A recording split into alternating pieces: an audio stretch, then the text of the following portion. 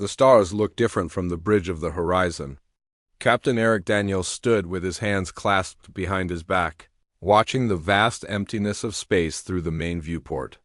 After years of preparation, humanity was about to meet. The Galactic Council, the Horizon, pride of the Earth Defense Fleet, carried the first human delegation to the central meeting place of the 7 most powerful species in the known galaxy. "Captain, we're approaching the coordinates," said Lieutenant Paul Harris from the navigation console. His voice was steady, but Eric could hear the hint of excitement beneath his professional tone. "Slow to approach speed." "Ambassador Miller, are you and your team ready?" Eric asked, turning to face the diplomatic party. Susan Miller nodded. She was a tall woman with short gray hair and the calm demeanor of someone who had spent decades in diplomatic service. "As ready as we'll ever be, Captain. This is what we've trained for." The ship decelerated as they approached a massive structure floating in space. It resembled a metal flower with 7 enormous petals extending from a central hub. Each petal represented one of the council species: the reptilian draconians, the insectoid Vespari, the aquatic merfolk, the feline Lennox, the canine Leparians, the avian Skyborn, and the energy-based Luminari. "It's beautiful," whispered communications. "Officer Jane Bennett?" No one disagreed. A voice crackled over the comm system. It spoke in perfect English, though with an odd rhythm that suggested a non-human speaker. "Earth Vessel Horizon, you are cleared to dock at Bay 14. Welcome to the Galactic Council Station." The docking procedure went smoothly. As the airlock sealed against the station, Eric addressed his crew. "Remember, we are guests here. We represent not just ourselves, but all of humanity. Let's make a good first impression." Ambassador Miller led the way as they stepped onto the station. A delegation waited for them in the docking bay. Eric had studied images of the council species, but seeing them in person was different. The Draconian representative stood nearly 8 feet tall with green-scaled skin and vertical pupils that narrowed as they watched the humans approach. Beside it stood a Lennox, its golden fur shimmering under the lights and powerful muscles visible, even beneath its formal attire. The other 5 species were equally impressive, each clearly evolved as the dominant predator of their homeworlds. A Luminari floated forward, its body a swirling mass of light and energy contained within what looked like a transparent environmental suit. "Welcome, humans of Earth. I am Guide Ilara. The Council awaits you in the Grand Chamber." They followed Ilara through wide corridors. Other aliens stepped aside as they passed, many stopping to stare at the humans with expressions Eric couldn't read. Were they curious, wary, hostile? He kept his face neutral, matching Ambassador Miller's professional demeanor. "They're watching us," Lieutenant Frank Powell, the ship's xenobiologist, whispered to Eric. "Almost like they're sizing us up." "We're newcomers," Eric replied quietly. "It's natural they'd be curious," Frank shook his head slightly. "It's more than curiosity, Captain. Notice how they keep their distance? Like they're not sure what we might do?" Before Eric could respond, they arrived at the Grand Chamber. The room was enormous, with a circular table at its center. 7 ornate chairs surrounded it, each designed to accommodate the unique physiology of a council species. Council leader Krex of the Draconians rose from the central chair. His voice rumbled through the chamber. "The Galactic Council recognizes. The representatives of Earth, come forward." Ambassador Miller stepped ahead, her head held high. "On behalf of Earth and all humanity, we thank you for this invitation. We look forward to joining the galactic community and learning from your wisdom." The formal greetings continued, with each council member welcoming the humans in turn. Eric noticed that despite the polite words, there was a certain tension in the room. The council members kept glancing at each other, sharing looks he couldn't interpret. After the ceremony, they were invited to a reception. Food and drinks from various worlds were served, though the humans stuck to items their scientists had already approved as safe for human consumption. Eric was speaking with a group of Luparian officers when he noticed Susan Miller in what appeared to be an intense conversation with Council Leader Krex. He excused himself and moved closer, catching the end of their exchange. Simply a matter of caution toward newcomers," Krex was saying, his scaled face unreadable. Nothing more. Susan's diplomatic smile remained in place, but Eric knew her well enough to see she was troubled. Of course, Council Leader. I merely observed that some reactions seemed beyond normal caution. Your species is new to us, Krex replied. There is always an adjustment period. Later, back on the horizon, Eric called a meeting with Susan and key staff members. Ambassador, what happened with Krex? You seemed concerned. Susan sighed. Something doesn't add up, Captain. The Council species are all apex predators from their worlds. They evolved as the top of their food chains. Yet they seem wary of us, physically weaker beings with no natural weapons to speak of. I noticed. That too, Frank Powell added. It contradicts expected behavior patterns. Apex predators typically display confidence when confronting non-predator species. Perhaps they know something we don't, Jane Bennett suggested. Frank nodded slowly. That's been bothering me since we arrived. I requested access to the Council's biological database for research purposes. Most files were open, but there's a sealed section on human biology and history that requires special clearance. Did you ask why? Eric questioned. Yes, the answer was vague, something about outdated information pending review. So I did some digging on my own through our access to their general archives. Frank pulled out a tablet and pushed it across the table. According to this, Earth was under observation for centuries before we developed faster-than-light travel. We were essentially quarantined. Quarantined? Why? Susan asked, reaching for the tablet. The official reason listed is protection of developing species, but look at the classification code. Susan's eyebrows rose as she read. This is the same code they use for potentially dangerous species. Exactly, Frank said. They weren't protecting us from the galaxy. They were protecting the galaxy from us, Eric leaned forward. But that makes no sense. We're not the strongest, fastest, or most dangerous species here by any measure. No, Frank agreed. But there's a note in one file from an early observer. It states that humans were categorized as unpredictably dangerous despite physical limitations. What do you think that means? The room fell silent as they considered the implications. Through the viewport, the massive Council station loomed against the backdrop of space. What had these powerful alien species seen in humanity that made them so cautious? Whatever the reason, Eric finally said, we need to be careful. We're here to establish peaceful relations, not confirm whatever fears they might have. Susan nodded. Agreed. I'll continue diplomatic efforts while Frank digs deeper into the archives. We need to understand why the galaxy's apex predators seem so wary of humans. As the meeting ended and the crew dispersed, Eric remained at the window, looking out at the station where representatives of 7 predator species were perhaps at this very moment discussing humanity's presence among them. What did they see when they looked at humans? What potential threat could they possibly perceive in a species so physically outmatched by their own? He had a feeling they would soon find out. 3 months passed quickly as the crew of the Horizon settled into their new role as Earth's representatives to the Galactic Council. The massive space station had become familiar territory, though many areas remained off-limits to the human delegation. Captain Eric Daniels had established a routine of daily meetings with his senior staff to discuss their observations and experiences.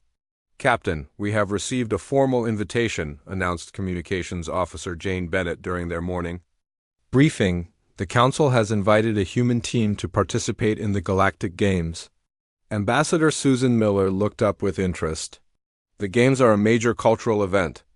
This is the first time a new species has been invited to participate so soon after joining the Council.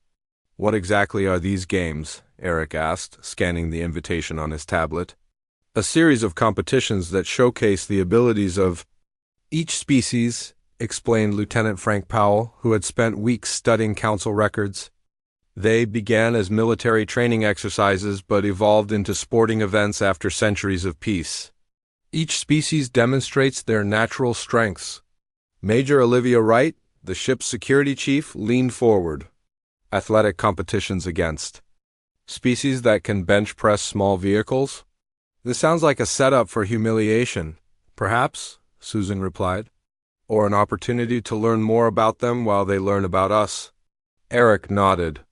Olivia, assemble a team of our best personnel for these games. Let's show them what humans can do. 2 weeks later, the human team stood in the massive arena aboard the station.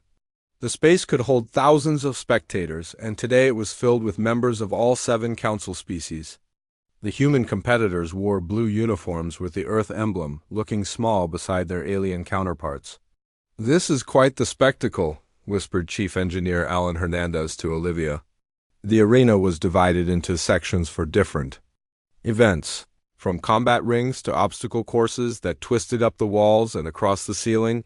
A skyborne announcer with magnificent blue feathers flew to the center platform. Welcome to the 527th Galactic Games. Today we celebrate the addition of our newest council members, the humans of Earth. The crowd roared, though whether in welcome or anticipation of entertainment at the humans' expense, Olivia couldn't tell. The first events confirmed their fears. In tests of raw strength, even the strongest humans were outmatched. Lennox competitors leaped 20 feet into the air while Draconians demonstrated crushing grip strength that bent metal bars. The Vespari flew through aerial obstacle courses with incredible agility, their wings a blur of motion. We're being slaughtered out there, Alan muttered as they watched another human competitor finish last in a sprint against a Luparian who moved like a blur. Wait for the endurance trials, Olivia replied. That's where we might have a chance. She was right. The long-distance running event paired Alan against a Luparian named Carrick. The course wound through the entire station, covering over 20 miles. Carrick took an early lead, his powerful legs carrying him far ahead of Alan. The human is already falling behind, commented the skyborne announcer. As expected, Carrick of the Luparians leads by, but halfway through the race, something unexpected happened. Carrick began to slow, his powerful sprinting pace becoming unsustainable. Alan maintained a steady rhythm, his breathing controlled, his pace unchanged mile after mile. At mile 15 he passed the exhausted Luparian when Alan crossed the finish line. Carrick was still 2 miles back. The arena fell strangely quiet as the council species watched the human accept his victory with little more than elevated breathing. How did you defeat Carrick? Asked the Lennox official. He is the Luparian champion, Alan shrugged. Humans evolved as persistence hunters. We're not the fastest, but we can keep going for a very long time. In the survival challenge, communications, Officer Carly Nelson outlasted her competitors by carefully rationing her resources. While the predator species relied on strength and instinct, Carly used planning and adaptation. When the temperature in the challenge zone dropped below freezing, she created insulation from available materials rather than burning precious fuel for heat. The human remains in the challenge zone after 60 hours, announced the skyborne commentator, unable to hide his surprise. Tekla of the Draconians has withdrawn due to depletion of resources. The strategy games revealed another human strength. Dr. Lisa Martinez, the ship's science officer, faced a Luminari in a complex tactical simulation. The Luminari used traditional, proven methods that had worked for centuries. Lisa kept changing her approach, adapting to each move in ways that confused her opponent. Your tactics are illogical, the Luminari said after conceding defeat. You sacrificed valuable assets for no apparent gain, only to reveal your true strategy. Later, sometimes you have to lose a battle to win the war, Lisa replied with a smile. In the command center overlooking the arena, Council Leader Krex watched with the other council members. They are full of surprises, said Malira of the Skyborn. They lack physical advantages, yet they find ways to succeed. That is precisely what concerns me, Krex replied. They think differently than we do. They were never apex predators on their world through natural ability alone. They became dominant through other means. Adaptability, observed Zenth of the Luminari. They changed their approach based on circumstances rather than relying on inherent strengths. It is done predictable. Back at the human quarters, the team celebrated their unexpected successes. Did you see their faces when you kept running? Olivia asked Alan with a laugh. They couldn't believe it. Eric smiled but raised a cautionary hand. We made an impression today, but I'm not sure it's the one we intended. Frank, what have you observed? Frank had been monitoring the reactions of the council species throughout the games. They're reassessing us, Captain. They expected physical inferiority, but our endurance, resource management, and tactical flexibility has them concerned. Concerned? We barely won a handful of events, said Carly. It's not about winning, Susan explained. It's about how we competed. We showed attributes they don't fully understand. Later that evening, Eric was summoned to meet with Council Leader Krex. The Draconian's chamber was warm and humid, mimicking his homeworld's environment. You must be proud of your team's performance, Krex said, his reptilian eyes studying Eric carefully. They represented Earth well, Eric replied neutrally. Indeed, your species continues to surprise us, Captain Daniels. When we first observed Earth centuries ago, we saw beings with no claws, no venom, no exceptional strength or speed. Yet you dominated your world. Eric chose his words carefully. We had to be creative to survive alongside Earth's predators. Creative, Krex repeated the word as if testing it. An interesting term. We evolved as apex predators, Captain. We relied on our natural advantages, but humans ... Humans had to become predators through other means. Is that why Earth was quarantined? Because we became predators rather than evolved. As them? Krex's scales shifted slightly, the draconian equivalent of raised eyebrows. You discovered that? Your Lieutenant Powell is thorough. We're curious by nature, Eric said. Another trait we've noticed. Krex moved to a viewport overlooking the station. The games have been enlightening. Your people demonstrate remarkable persistence, problem-solving, and adaptability. These qualities make for excellent allies, or dangerous adversaries. We came seeking friendship, not conflict, Eric assured him. As did we all once, Krex replied. Yet the galaxy is not always a peaceful place. Tell me, Captain, how would humans respond to a genuine threat? That would depend on the nature of the threat. Krex turned back to face him. A diplomatic answer. I hope we never need to discover the truth. He gestured toward the door. Enjoy the rest of the games, Captain. I believe we all have much more to learn about each other. As Eric left the chamber, he couldn't shake the feeling that they had just passed some kind of test, but whether they had failed or succeeded, he couldn't tell. The alarm sounded throughout the horizon, jolting Captain Eric Daniels from sleep. He rushed to the bridge, still pulling on his uniform jacket. Report? He ordered as he entered. Lieutenant Paul Harris looked up from his console. Emergency transmission. From the Council, Captain.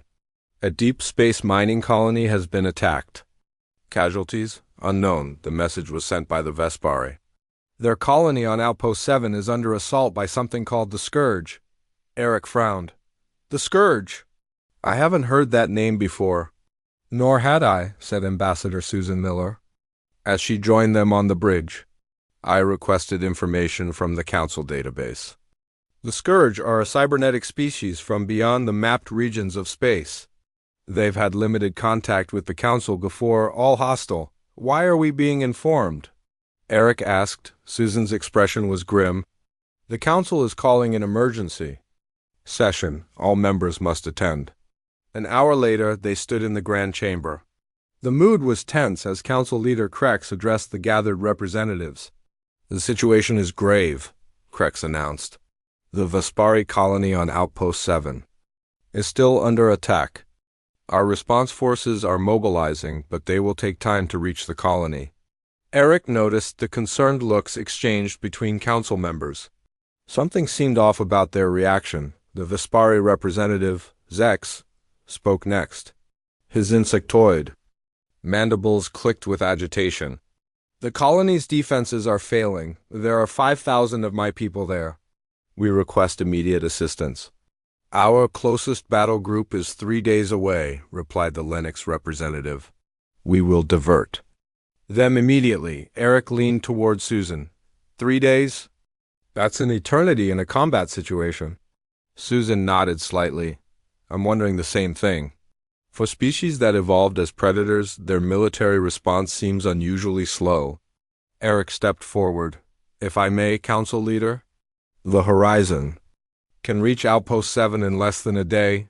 We offer our assistance. The chamber fell silent. Krex's reptilian eyes fixed on Eric. You would involve your species in our conflict? We are council members now, Eric replied. Your concerns are our concerns.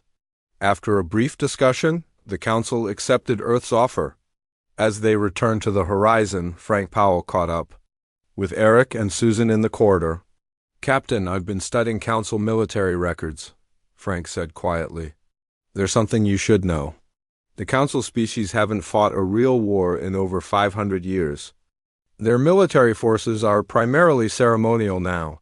Eric stopped walking. Are you saying they don't know how to fight anymore? I'm saying they fight like apex predators, direct confrontation, shows of force. They haven't needed to develop adaptive tactics. They've been the dominant power for so long. And now they're facing something they don't understand, Susan concluded. Exactly. This scourge isn't intimidated by them, and they don't know how to respond. Eric resumed walking, his pace quickening. Prepare a tactical team. Security Chief? Greg Peterson will lead, small, mobile, and heavily armed. The Horizon reached Outpost 7 20 hours later. The mining colony was built into a small moon orbiting a gas giant. Parts of the facility were visibly damaged, with sections exposed to vacuum. Vespari defense ships are holding position outside the colony, reported Officer Jane Bennett. They've, established a perimeter but haven't retaken the central hub? Open a channel, Eric ordered. When the connection was established, he addressed the Vespari commander. This is Captain Daniels of Earth Vessel Horizon. We're here to help. The Vespari. Commander's image appeared on screen. We welcome your assistance, Captain. The Scourge have taken control of the central processing facility. They're holding our people hostage. Have you attempted to retake the facility? Twice. Both direct assaults failed. The Scourge have superior position and weaponry. Eric turned to Greg Peterson. Chief, your assessment? Greg studied the colony schematics. He was a compact man with close-cropped hair and the quiet confidence of someone who had seen combat. Direct assault isn't the answer. We need a different approach. With your permission, Captain, I'd like to take a small team in through the maintenance tunnels. The tunnels are narrow and exposed, objected the Vespari commander. You would be vulnerable. That's why they won't expect it, Greg replied. Eric nodded. Proceed, Chief. We'll coordinate with the Vespari forces to provide distraction when needed. Greg assembled his team, 6 human security officers equipped with light armor and compact weapons. They boarded a shuttle and approached the colony. From its dark side, avoiding detection, inside the maintenance tunnels, they moved silently. The passages were tight, barely large enough for a human to crawl through. For the much larger Vespari, they would have been impossible to navigate. This is why their direct assaults failed, Greg whispered to his team. They can only approach from the main corridors. We have options, they don't. They reached a junction near the central facility. Greg used a small camera to survey the area beyond. I count 4 Scourge sentries. They appear to be biomechanical, part organic, part machine. How do we proceed? Asked Officer Ryan Cooper, his hand steady on his weapon. We split up, teams of 2. We'll approach from 3 different angles simultaneously. Silent takedowns. If possible, the plan worked perfectly. The human teams emerged from different access points, neutralizing the sentries before they could raise an alarm. They moved deeper into the facility, using the element of surprise to their advantage. When they reached the central control room, Greg contacted the Horizon. We're in position. Request distraction at the main entrance.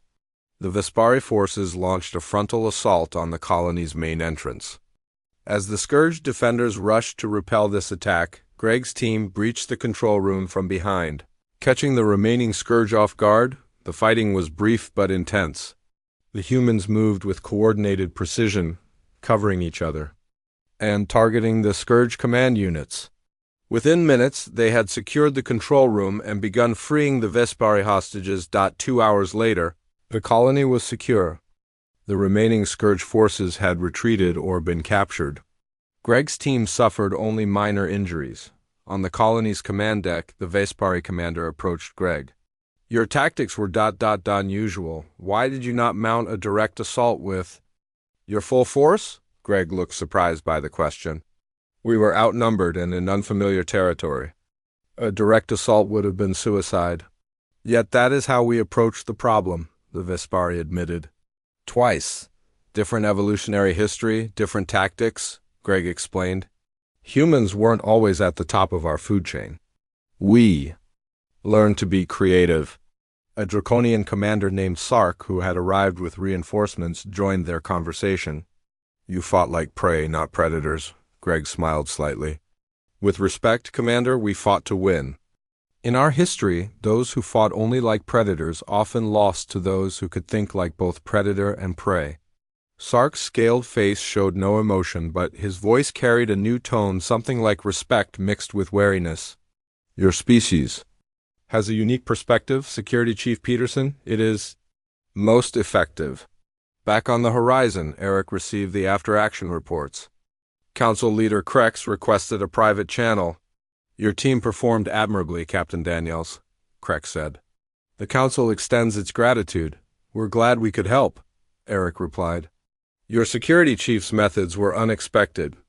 Guerrilla tactics, stealth approaches, asymmetric warfare, these are not typical of how Council forces operate. They're standard procedures for humans when facing a superior force. Krex was silent for a moment. That is what concerns some of my colleagues. Captain, your species thinks in terms of overcoming superior forces. You plan for being outmatched. You have developed an entire philosophy of warfare based on being the weaker party. And yet today that philosophy saved Vespari lives, Eric pointed.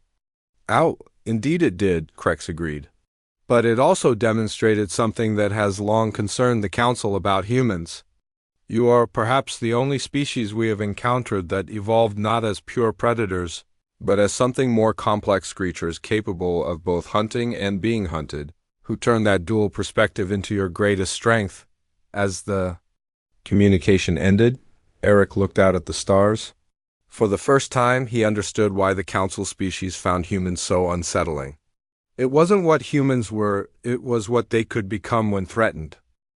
The success at Outpost 7 changed how the Council viewed the human delegation. The Horizon crew found doors opening that had previously been closed to them.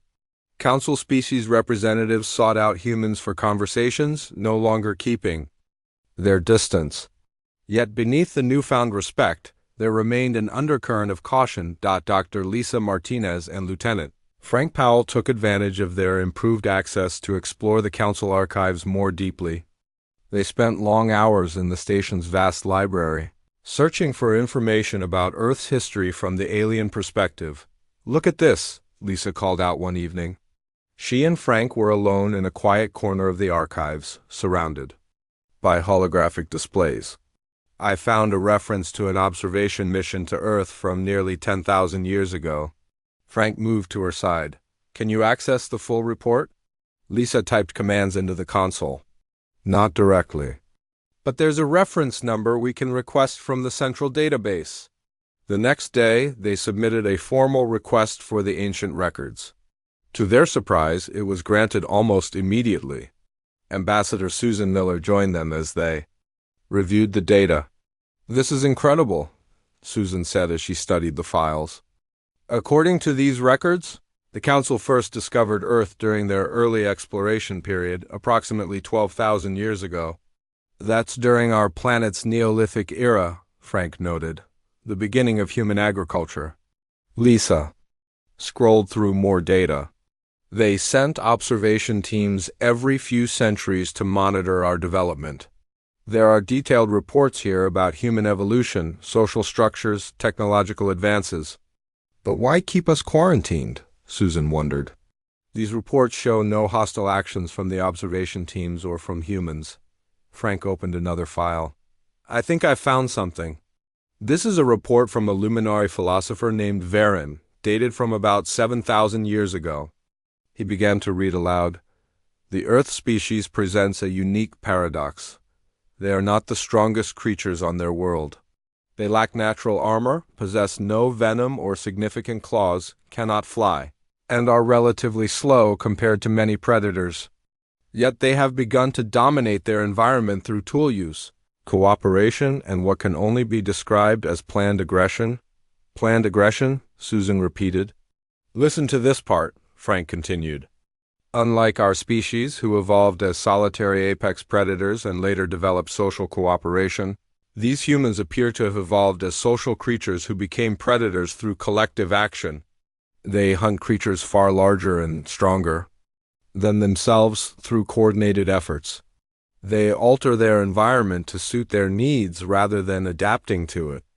Most concerning, they display both predatory and prey behaviors simultaneously, caution and aggression in equal measure. Lisa pulled up more files. The reports get more concerned as human civilization develops. Here's one from the early Bronze Age. The Earth species has developed metallurgy far earlier in their technological progression than predicted. They have immediately applied this knowledge to create both tools and weapons, demonstrating the duality that makes them difficult to classify. Their capacity for both creation and destruction appears to be developing in parallel. Susan was silent for a moment. They were afraid of us. Not for what we were, but for what we might become. Exactly, Frank agreed. The council species evolved as apex predators. Their civilizations developed from a position of dominance. Humans evolved as middle-order creatures who had to become apex through intelligence and cooperation. Different evolutionary paths leading to different psychologies, Lisa concluded, and different approaches to the universe. They continued searching through the archives. Late that night, they found what they had been looking for, the original quarantine order for Earth, issued shortly after humans developed their first primitive civilizations. Council Ruling 7293, Frank read. The species designated humans of planet Earth are hereby placed under quarantine restriction until further notice. No contact is to be initiated, and their solar system is to be bypassed in all Council travel routes. He scrolled through the document. The justification is listed as protection of developing species as per Directive 19, but there's a classified addendum. Lisa's fingers flew over the controls. I can access it with our new clearance level. A new file appeared on the screen. Here it is, the predictive models developed by the Luminary Forecasting Division suggest a 78% probability that an unrestricted human civilization would introduce significant instability to the established galactic order within 300 years of achieving interstellar capability. This is not due to inherent malice, but to fundamental differences in evolutionary psychology that make their reactions unpredictable by current behavioral standards. Quarantine is recommended until further studies can be conducted or until human psychology naturally evolves to more closely align with council species norms. They kept us isolated because we were unpredictable, Susan said. Not because we were dangerous in ourselves, but because we didn't fit their models of how civilized species should behave. And now? Frank asked. Now we're here, Lisa replied. And they're watching to see if their ancient predictions were correct. Susan stood up. We need to talk to the captain immediately. Captain Eric Daniels listened carefully as they presented their findings in his private quarters. When they finished, he remained silent for a long moment. This explains a lot, he finally said. The wariness, the restricted access, the careful monitoring of our activities. He turned to Susan. We need to address this directly. Arrange a meeting with Council Leader Krex. What will you tell him? Susan asked. The truth. That we know why Earth was quarantined, and that we understand their concerns. But also that those same qualities they fear make us valuable allies. The meeting was arranged for the following day. Krex received them in the Council's private chamber, a more intimate setting than the Grand Hall. Captain Daniels, Ambassador. Miller, Krex greeted them. To what do I owe this unexpected visit? Susan spoke first. Council Leader, we've discovered the historical records regarding Earth's quarantine. If Krex was surprised, he didn't show it. His reptilian features remained. Impassive, I see, and you wish to discuss this matter? We do, Eric confirmed. We understand the Council's historical concerns about human psychology and our potential impact on galactic stability. Krex's vertical pupils narrowed slightly. Your researchers are thorough? Yes, there were concerns. Your species developed differently than ours. While we evolved as apex predators who later formed cooperative societies, humans evolved as social creatures who became apex through collective action. This creates fundamental differences in how we perceive and interact with the universe. We don't deny those differences, Susan said, but we believe they can be strengths rather than threats. As you demonstrated at Outpost 7, Krex acknowledged, your tactical approach was unlike anything the Scourge had encountered before. It proved effective where our methods failed.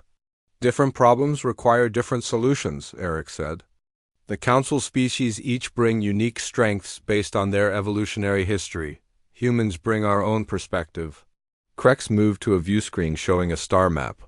The Scourge incursion is not an isolated incident, Captain. Our long-range sensors have detected increased activity beyond our borders. The peace we have maintained for centuries may be coming to an end.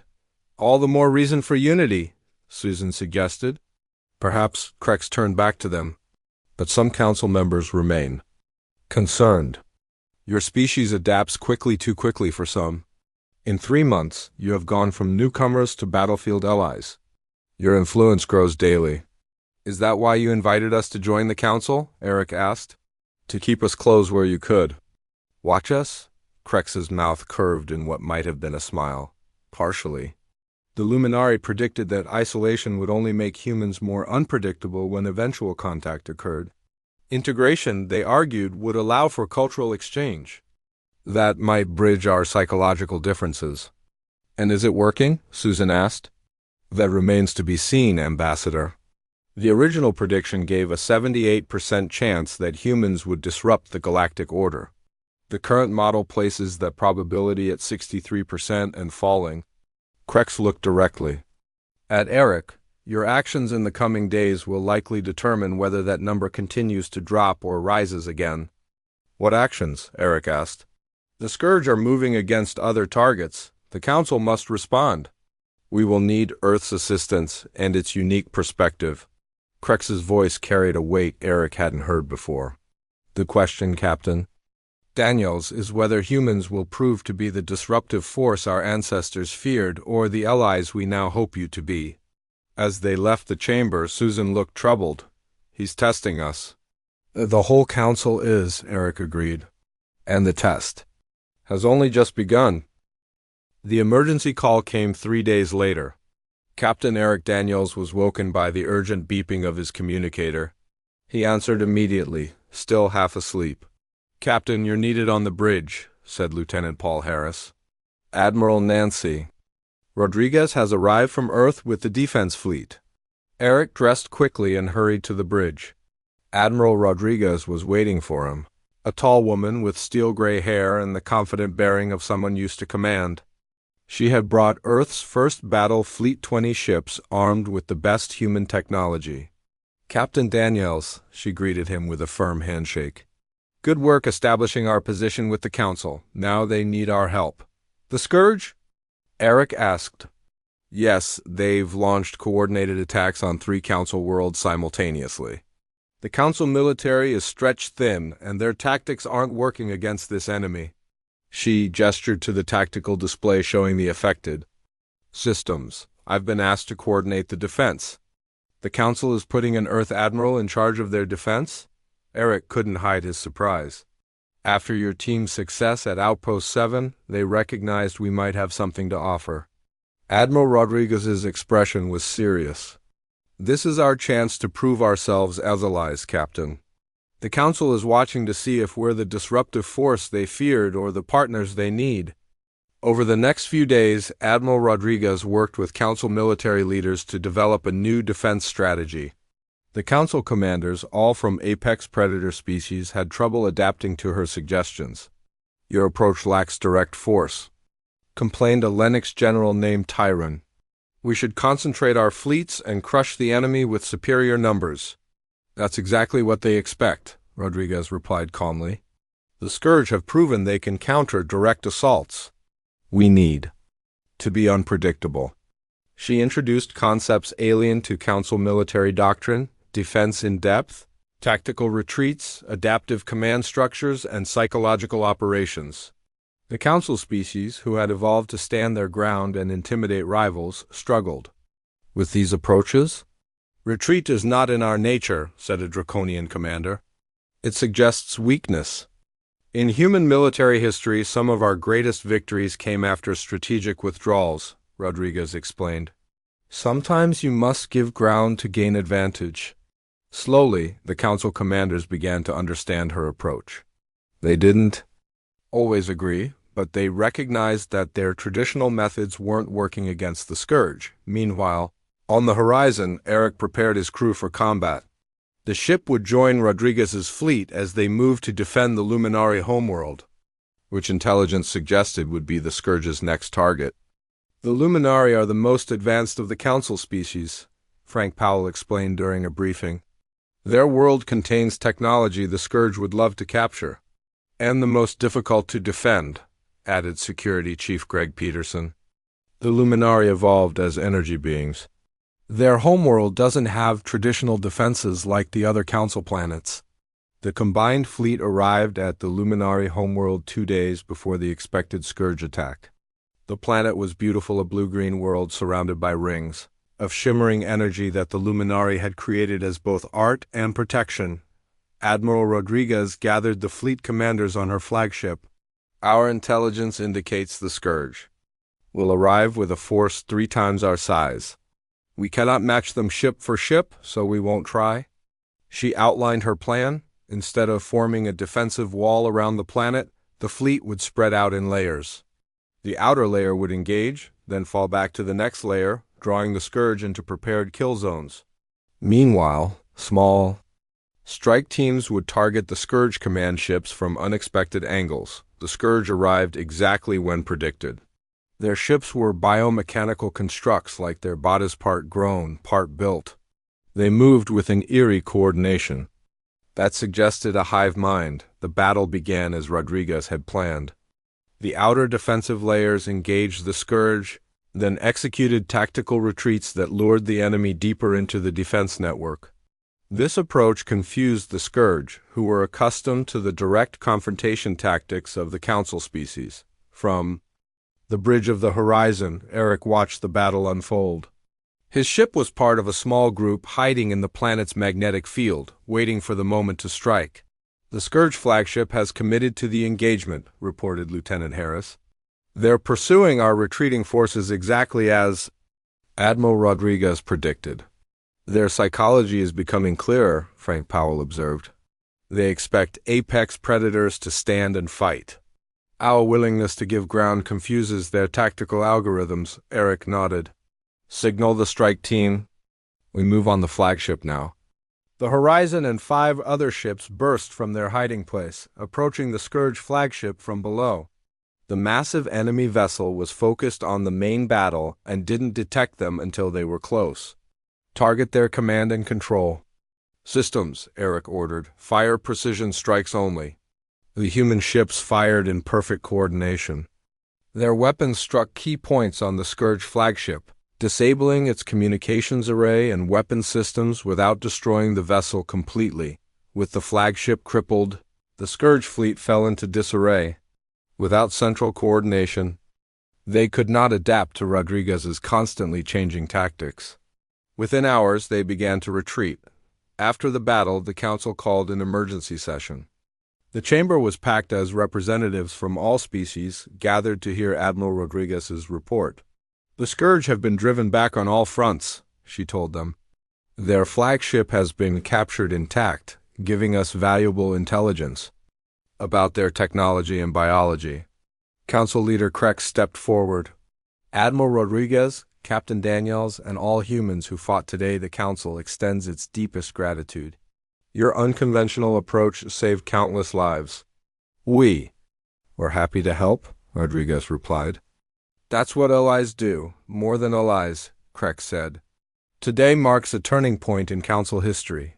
He turned to address the entire chamber. For millennia, we have operated under assumptions based on our evolutionary heritage as apex predators. We valued strength, dominance, and direct action. These served us well in establishing peace among our species. He gestured toward the human delegation. But today we faced an enemy that could counter those attributes. And we prevailed not through superior strength, but through adaptability, misdirection, and innovation qualities our human allies have in abundance. Murmurs of agreement spread through the chamber. Eric noticed that many council members were looking at the humans with new understanding. I propose a new initiative, Krex continued. A joint military command where humans and council species can learn from each other. Humans will teach us adaptability while learning discipline from their alien counterparts. The proposal passed unanimously. In the days that followed, plans were made to establish a training base on Earth, where officers from all species would learn integrated tactics. After the session, Krex took Eric aside. My ancestors were right about humans, Captain. You did disrupt the galactic order, but not in the way they feared. How so? Eric asked. They worried you would bring instability and conflict. Instead, you brought the change we needed to face. A threat we couldn't defeat alone. Krex's reptilian features formed what Eric had come to recognize as a smile. The predictive models couldn't account for that outcome. 1 month later, Eric stood on a viewing platform at the new interspecies Defense Academy in Geneva. Below him, instructors from Earth worked with officers from all 7 council species. Human trainers taught guerrilla tactics to draconian soldiers, while Lennox weapons masters demonstrated their techniques to human cadets. Ambassador Susan Miller joined him at the railing. Quite a sight, isn't it? A year ago, these species were afraid of us. They still are, in a way, Eric replied. But they've realized that what makes us dangerous also makes us valuable, Susan nodded. The galaxy's apex predators finally understood humans weren't dangerous because we were predators. We were dangerous because we were survivors who had learned to become predators against all odds. And that made us the perfect allies in a dangerous universe. Eric finished. Together they watched as human and alien cadets practiced side by side, each learning from the other's evolutionary heritage. The galaxy's greatest predators were learning from humanity, the species that had evolved not as the strongest hunters, but as the most adaptable survivors, and in that combination of strengths, Eric knew the galaxy had found its best defense against whatever threats the universe might hold.